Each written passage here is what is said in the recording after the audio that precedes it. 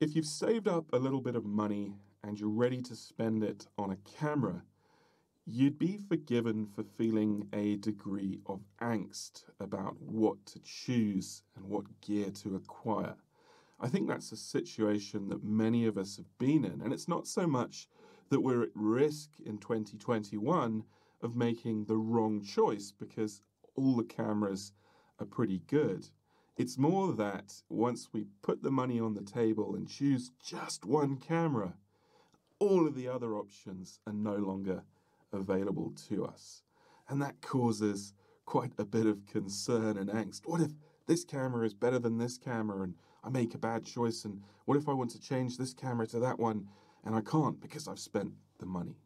And this is the situation that I've been in for quite some time with the RF cameras, the new mounts from Canon, mirrorless cameras. It's a great opportunity for someone who's tied to a system like me to dump it and perhaps try another system like a Sony or a Nikon or whatever else is out there, the Fuji system.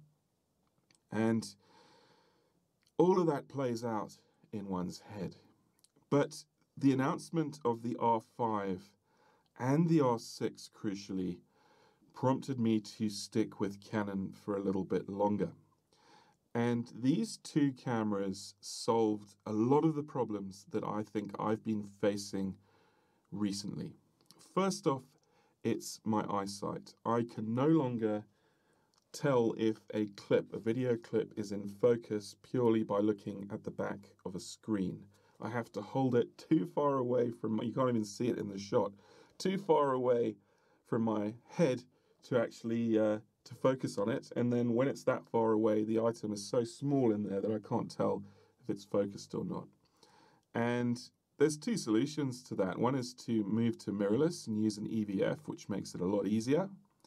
And the second is to use an external monitor, which I'm sure you can imagine in this space is quite a clunky solution. So moving to mirrorless is a good choice for me for many reasons to do with eyesight. And the fact that the R5 and the R6 came along at that moment in my life was a happy coincidence. Obviously, I'm someone who shoots for YouTube and shoots wildlife clips for YouTube. But I thought as I go to these remote areas and I get to see animals sometimes, it's no trouble to try and take a few clips of those animals and provide those clips to stock footage sites. And my current cameras, the 5D3 and the 7D Mark II, shooting in 1080, slightly older format video, although the 7D still produces nice video, wasn't really good enough for those sites. So a jump into mirrorless, particularly mirrorless with decent 4K abilities like the R5 and the R6 particularly, should solve that problem. So I thought long and hard about whether to get another R5 and shoot two bodies identical to each other. But at the moment, the R6 offers quite a good value proposition because not only does it take better 4K than in normal modes than the R5 does, it also has a lower megapixel count. And I suspect that will translate into a few key points of difference. I feel that the video is likely to be slightly better in low light. I feel that the still images, the photographs, are likely to be slightly better in low light. I also feel that the R6 might offer a better solution for astrophotography. Now, none of this is proven. I haven't tried any of it. It's just what I feel might be true. So take it with a pinch of salt. But those differences, instead of having exactly the same body, I felt that those differences are enough of an advantage for me to choose a lower priced R6 over an R5 and still get a lot of the benefits that I see from the R5. The R6 and the R5 are identical in terms of autofocus performance, the autofocus system, the frames per second that both cameras can achieve, and that's a rare thing. Speaking as a Canon shooter, they tend to wield the cripple hammer quite a lot on lower spec or lower priced bodies. And also the buffer depth on the R6 is actually deeper than that on the R5, a benefit of having smaller raw file sizes. So from a wildlife perspective, especially a low light wildlife perspective, the R6 offers benefits that perhaps the R5 doesn't have. Now, I'm also someone who shoots larger mammals and birds, and that I think is probably an unusual place to be in terms of the broad group of wildlife photographers out there. I think a lot of wildlife photographers, particularly in Europe maybe, shoot birds. And birds obviously are much, much smaller. So you might benefit from either choosing an R5 with the higher resolution of that camera, or by sticking longer glass on an R6. Now, I'm not in that position. I don't have a 600mm lens. I shoot 400mm lenses. And that's so I can achieve a field of view that's wide enough for an elephant and also crop in to a smaller subject like a bird, or fit a teleconverter so that I can shoot a bird. So my situation is more of a compromise type of Swiss Army knife situation where I'm confronted with a range of opportunities that demand different things from my camera. If I was purely a bird photographer or a small mammals photographer or something like that, I think there's no doubt that I would put a 600mm lens on the R6. I think, or at least a 500. I think that would be a far better focal length to shoot with this camera than my 400. But I'm not prepared to get rid of that lens because it offers opportunities for large mammals that I couldn't take if I was focused so tightly in on a smaller field of view with a 600mm. So one of the key advantages of using the R6 and the R5 is how well they take teleconverters. They can autofocus using the full area or most of the frame, which was totally untrue of my older DSLRs, which often were center focus point only. And this has really transformed the game because I'm even able to stack teleconverters. I can put a 2x and a 1.4 teleconverter on my camera and actually achieve autofocus, which is crazy. Now, I wouldn't necessarily shoot like that, but I do sometimes shoot like that for video because the quality drop of using the TCs, the two teleconverters together, is not great enough to see a major drop in quality in the video. For a photograph, I probably would never shoot that way, but the ability is there and it's offered by these two cameras. Now, one feature that some people may see as a disadvantage of the new RF mount, I think of as a principal advantage. And the reason is that I have a collection of EF lenses, so the older type of lenses. And I really will see a significant hit financially if I sell all of them and try and get RF mount lenses. So being able to adapt those lenses to these cameras and suffer effectively no performance drop as far as I can tell over my DSLRs, but also the ability to use the different adapters that Canon has produced is a significant advantage because for someone like me who shoots a range of telephotos and also some wide angle lenses like the Sigma 14 to 24 f2.8, you can't put filters on the front of those lenses. And what that means is I'm stuck. I can't, on DSLRs, on the older EF mounts, I wasn't able to really make any filtration adjustments, particularly to super telephoto lenses. But with these adapters, I can pop an ND filter in behind the lens. I can use a polarizer behind the lens. I can also use them for long exposure photography, whereas I couldn't before, particularly that Sigma 14 to 24. I could see some uses for that.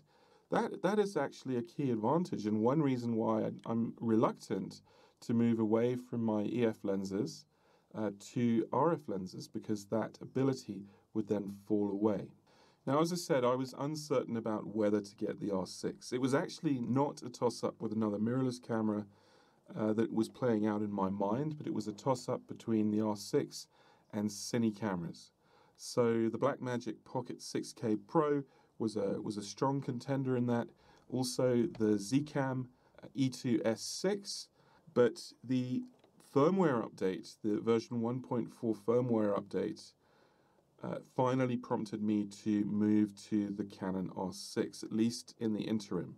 Now, what happened in 1.4 was mainly two things. First, they offered C-Log 3, which is a log profile that allows a slightly greater capture of dynamic range for the R6, and normally that profile is reserved for the higher-end cinema-type cameras that Canon offer. So it was great to see that appear both in the R5 and the R6, a highly unusual development. The second thing I think I saw was that Canon was listening to people over the difficulty they were having processing the H.265 codec that the R5 and the R6 use. They've incorporated IPB Lite, which is a 265 codec, but it's less hard on your computer and it takes up less space. And finally, and this is not really a big one for me, but it was the ability to use both the UHS 2 card slots on the R6 for dual recording. I think that's a big benefit to a lot of people who shoot events and weddings and things like that, who can't afford to miss something vital. For me, it's really not that big a deal. I'm quite happy shooting on one card slot. It's really no issue. If I lose a shot of an animal doing something, then the chances are I can get another one. And you know, there's always a difficulty with me about whether to shoot a photograph or whether to shoot a video.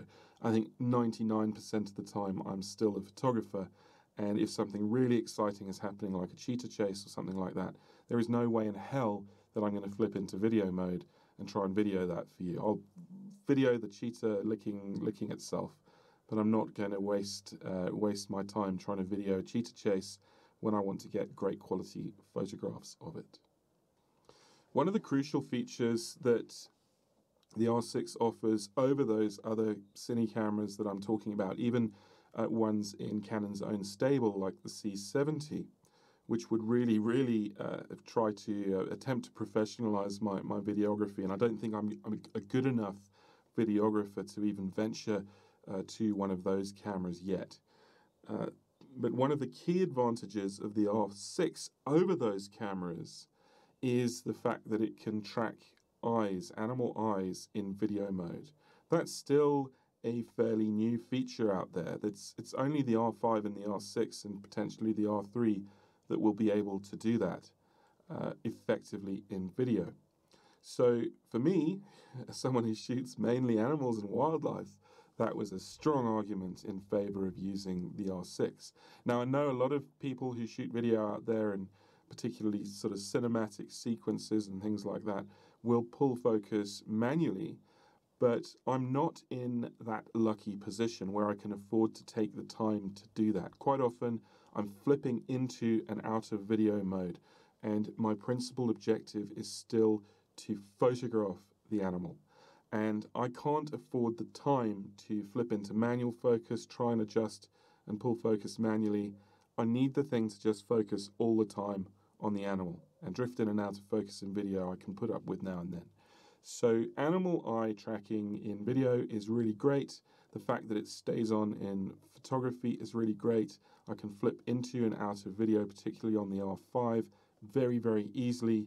Less easily on the R6 because it has a mode dial on top to go into manual video mode, which is a slight annoyance, but it's far easier doing that with the R6 and taking a photograph followed by a video followed by a photograph than it would be picking up a Blackmagic, videoing something, putting down a Blackmagic, picking up a still photography camera, taking a picture, putting that down, picking up the Blackmagic again. You can see my problem. It's much better to shoot hybrid. And the R6 and the R5, despite all of the complaints about not being one or the other for video, is absolutely perfect for my use case, where I need high quality photographs followed by high quality clips and video footage.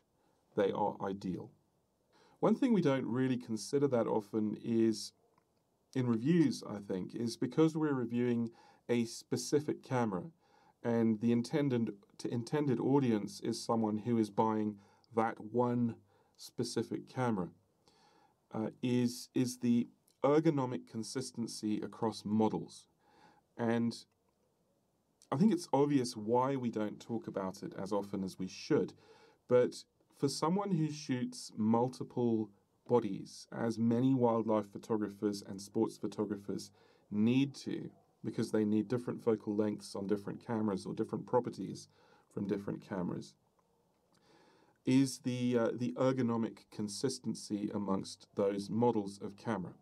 And this is something that Canon, I think, has excelled at in its modern camera lineup. And it's possible to pick up a DSLR camera like a 7D, a 7D2, a 5D, 5D Mark III, etc., 6D, and then pick up a mirrorless camera like an R5 or an R6 and find roughly the same button placement, roughly the same button sizing. Your fingers find where they need to go on all of those cameras. It's very easy to move between them. And I think that's often overlooked for people who shoot multiple bodies. It's really an important thing because we can't afford the time to faff about looking for functionality. Our fingers just need to find where to go and make the shot. And that's carried over into the menu system, which is consistent across all of those models of camera. I think it changed radically after the 1D Mark IV came out. That was an old style menu. The newer style menus in the 7D Mark II, etc., have been carried through into this mirrorless range of cameras. They're pretty much identical in terms of layout. And it's also carried over into the battery format. All of those cameras can share batteries, which I think is fantastic because I have a lot of those older cameras and I have a lot of those batteries. And it's great just to be able to pop one battery from one camera into one of the others. I think for someone who shoots multiple bodies, that is an often overlooked and very crucial aspect of functionality. Well, if you've made it this far, congratulations. And I hope some of these ideas and thoughts have been useful to you as you decide what to do with your own hard-earned cash. Good luck with that, and I'll see you next time.